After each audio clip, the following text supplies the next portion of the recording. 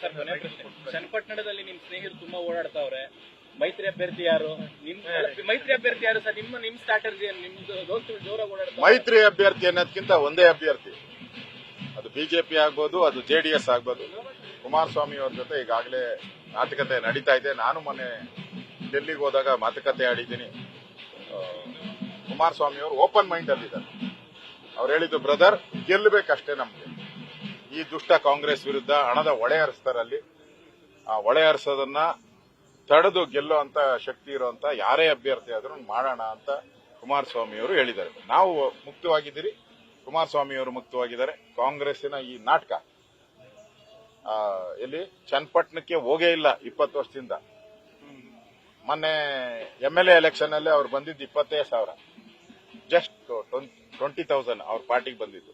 ಬಿಜೆಪಿಗೆ ಮತ್ತು ಜೆಡಿಎಸ್ ಬಂದಿದ್ದು 1 ಲಕ್ಷದ ಮೇಲೆ ಬಂದಿದ್ದು. ಅವ್ರು ಬಂದಿದ್ದು 25,000. ಹೇಳಿದ್ರೆ ಓಟ್ ಕೊಟ್ಬಿಟ್ಟವ್ರಂತೆ 20,000, ಅದಕ್ಕೆ ಹೋದಾರಂತೆ. ಓಟ್ 20,000 ಓಟ್ ಕೊಟ್ಟಿರೋರಿಗೆ ನಮಸ್ಕಾರ ಹಾಕಕ್ ಹೋತಾರಂತೆ.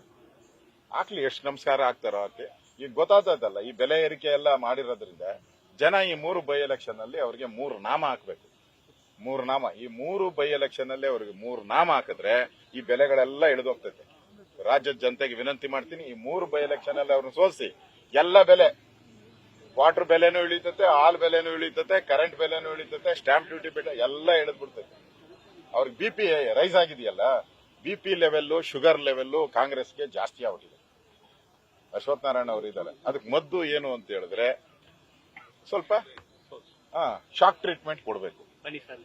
ಶಾಕ್ ಟ್ರೀಟ್ಮೆಂಟ್ ಕೊಟ್ರೆ BP ಶುಗರ್ ಲೆವೆಲ್ ಈ ಪಾರ್ಟಿ ಕಾಂಗ್ರೆಸ್ ಅವರಿಗೆ, ಈ ಸರ್ಕಾರಕ್ಕೆ ಕಡಿಮೆ ಆಗ್ತೈತೆ.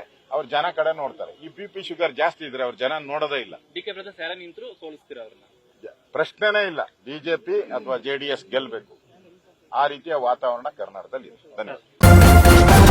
ನ್ಯೂಸ್ ಫಸ್ಟ್, ನಿರ್ಭೀತಿಯಿಂದ ನಿಮ್ಮ ಪರವಾಗಿ.